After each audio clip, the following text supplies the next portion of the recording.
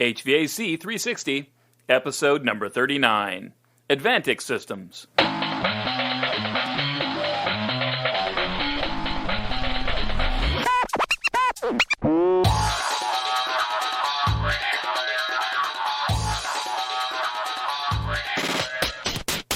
Welcome back, everybody, to another episode of HVAC 360. I am your host, Matt Nelson, a show that talks about what's new in technology with the HVAC system.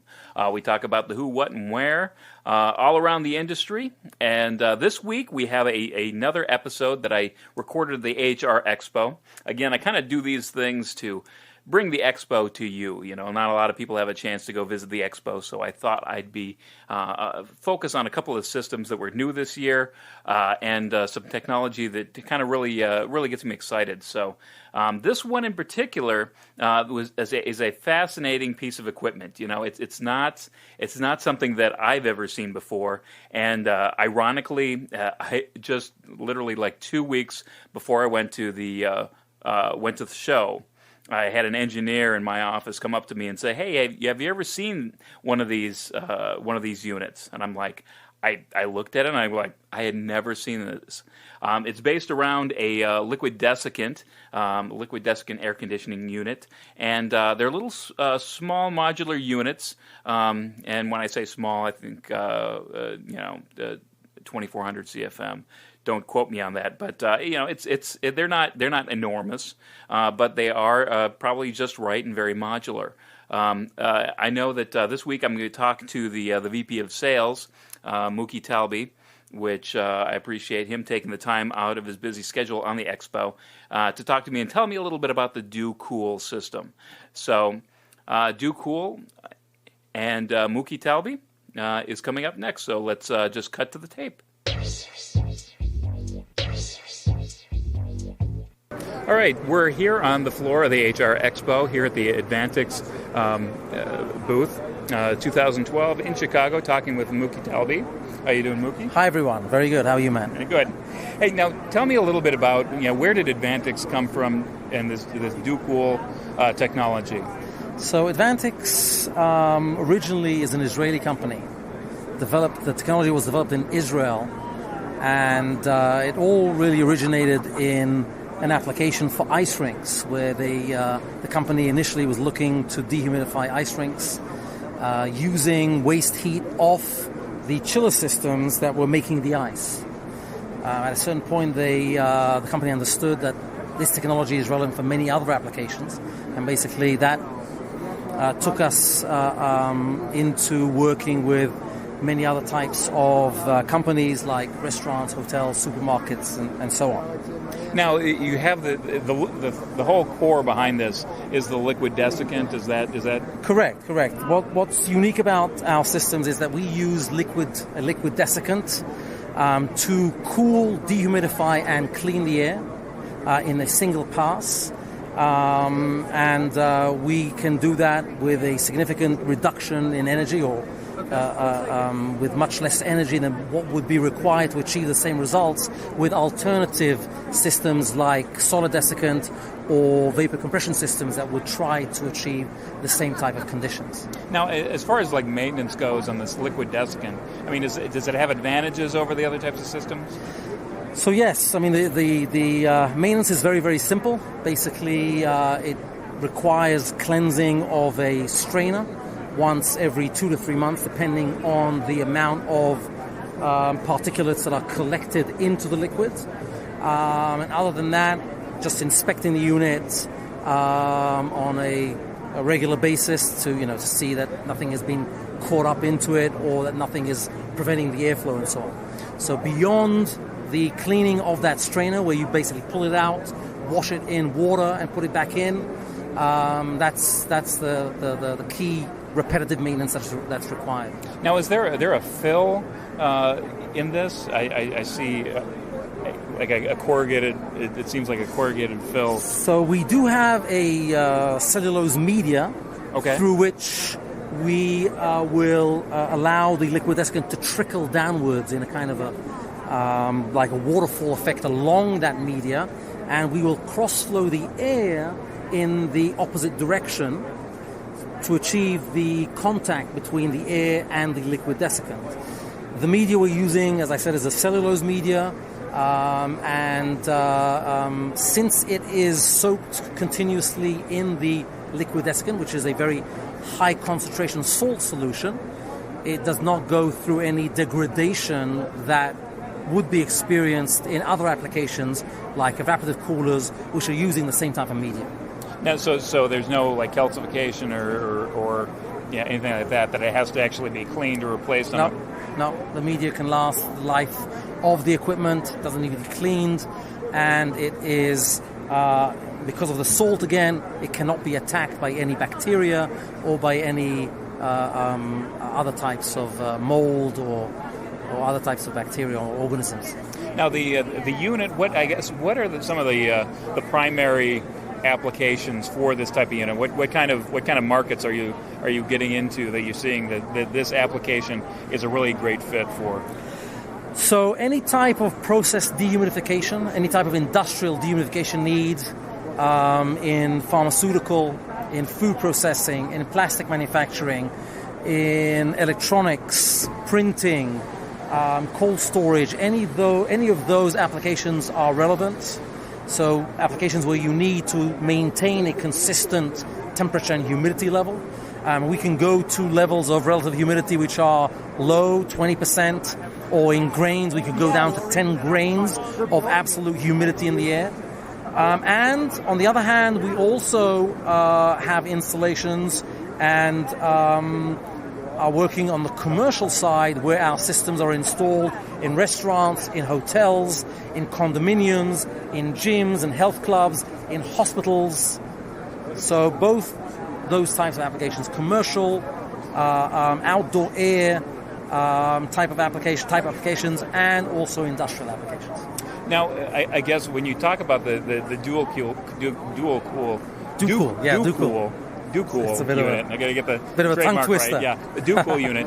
Now, is that an outside kind of unit? Is that a rooftop unit? Is that an indoor process unit? Okay, no, great point there. I mean, the system can be installed both indoors and outdoors. It can be situated at the side of the building or on the roof. So it's very flexible in terms of the how and how you can install it.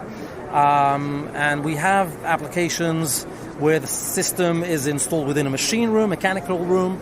We have installations in a basement, and we have installations on the roof, or, as I said, at the side of the building. Now, is this an inline type of process unit where you're taking the supply air, you're taking it to the DuCool unit, and then you're blowing it out from there, or is this sort of like a side stream type of application where you're drawing air out of a supply and putting it back in? I mean, how, or is it just this is the heating and cooling unit for the process? So again, both possibilities would exist. One where we are treating, the only system that would be treating a space, or we would be working in conjunction with other vapor compression systems.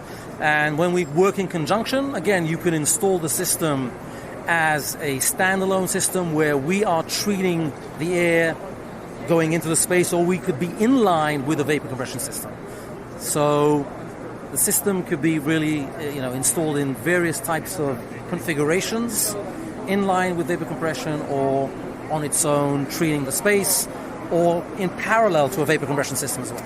Now, I guess when it's in line, one of my concerns obviously is that you have fans operating in the unit. The pressure drop going through this system then, how is that compensated? What kind of pressure drop are we looking for if it's in line? I mean, is it a significant amount of pressure drop through this?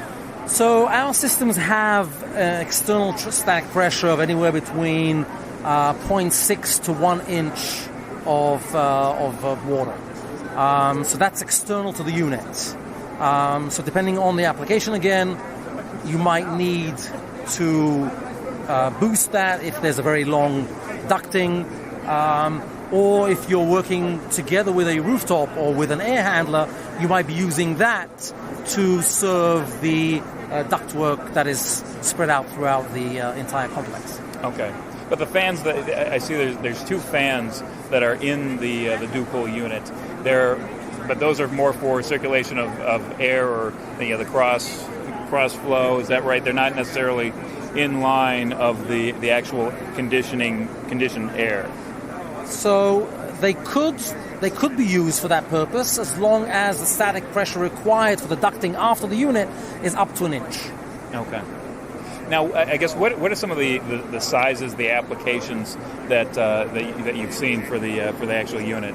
So we have 3 lines. We have a small line which has the ability to treat anywhere between 500 to 800 CFM of air. We have our line which is 1400 to 3400 CFM of air. And we are unveiling here at the show our new rooftop system, which can treat up to 5,000 CFM of air.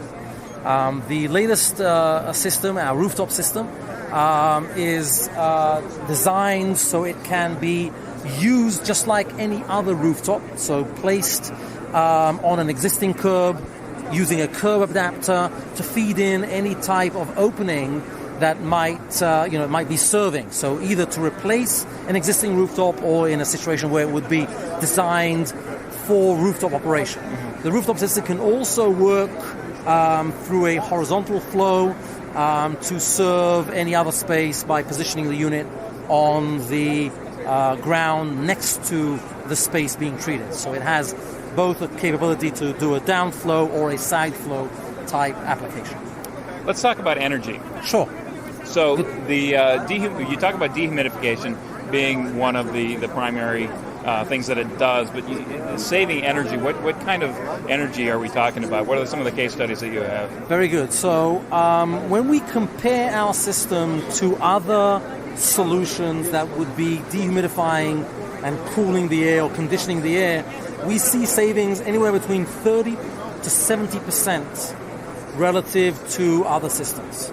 It will all depend on the conditions that you're trying to achieve and the specific application, but those are the regular, that's this range of savings that we would see, between 30 to 70% when we compare to vapor compression and or solid desiccant systems. Now, how do these products interface with control systems? Do they have standard?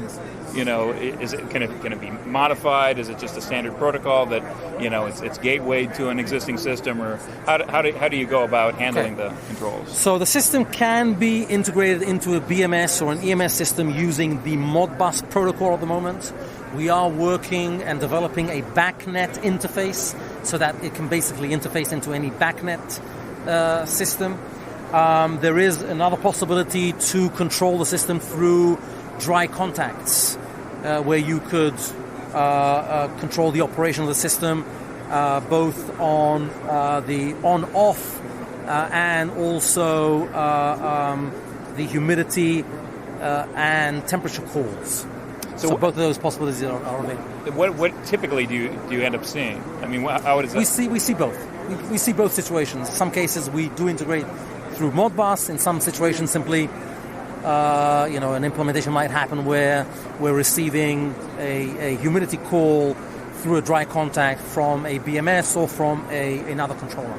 Now, are these systems, are they kind of modulate? They're able to identify the percentage of humidity coming out of the air, or the how well it's working? Does it work more harder, less harder, depending on the air going through it? I mean, is it that type of intelligence, or is it a single speed, variable speed? I mean, how does it operate and modulate? Okay, so our systems at the moment are configured with single speed supply fans. They can be configured with variable speed fans as well, so that there is that possibility, there is that option. Our controller with which we supply the system can be used to control the unit. We do supply our systems with a digital controller that is fed by sensors that are part of that configuration, and they can be used to control both temperature and humidity. So you have two set points in our controller, and you determine what humidity and what temperature you want to maintain within the space. The digital controller also has an interesting capability where it can communicate and provide information, continuous information about the operation of the system. And it would send either through standard internet, Ethernet cable, or through a GPRS system through text messages. It would provide information about the exact conditions it is maintaining and what readings it's taking, including readings, internal readings relating to the operation of the unit, like pressures, temperatures, suction temperatures, and so on. Excellent.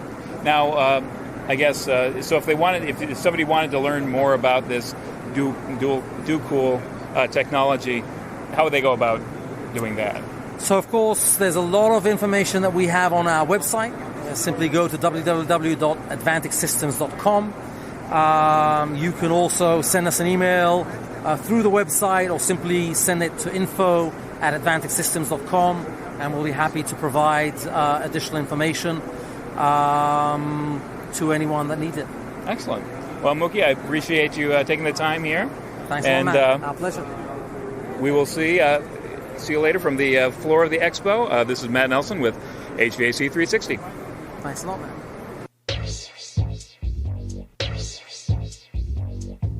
All right, and we're back. Thanks again to Mooki Talby of Advantix System for he was filling in for the vice president, or for the president. I was supposed to talk to Hannah Grenade, which is an awesome name. I just have to throw that out there. There's certain names that I'm just, are just classics. Hannah Grenade ranks right up there. So kudos, great name.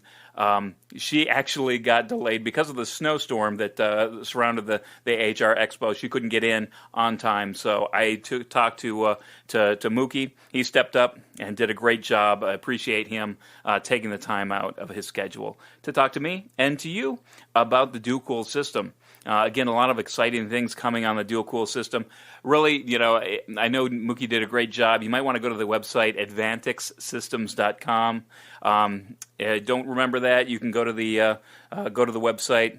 In the show notes, I will post a link to the Advantix system. There, actually, on the front page, you'll see a Hannah Grenade doing an interview at the HR Expo, so you can actually hear her explanation as well. So, double the pleasure for DuCool systems. All right. So, without much ado, I want to thank all the listeners out there in my audience. Again, you're really, really very special to me. I really appreciate all the words of encouragement that I've been hearing about the shows. I'm glad you like it. Any feedback, I'd love to get some, any direction. If you like what I'm doing, if you think it's a good mix, that's great.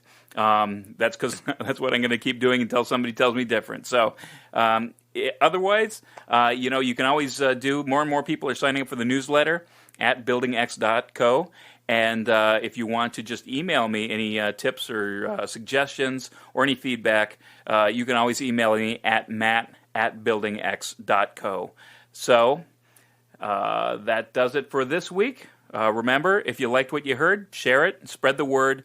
We're trying to get this as big as we can to get better exposure and more people. So let's try to grow the community bit by bit, one listener at a time. So until next time, remember, know what you build and share what you know.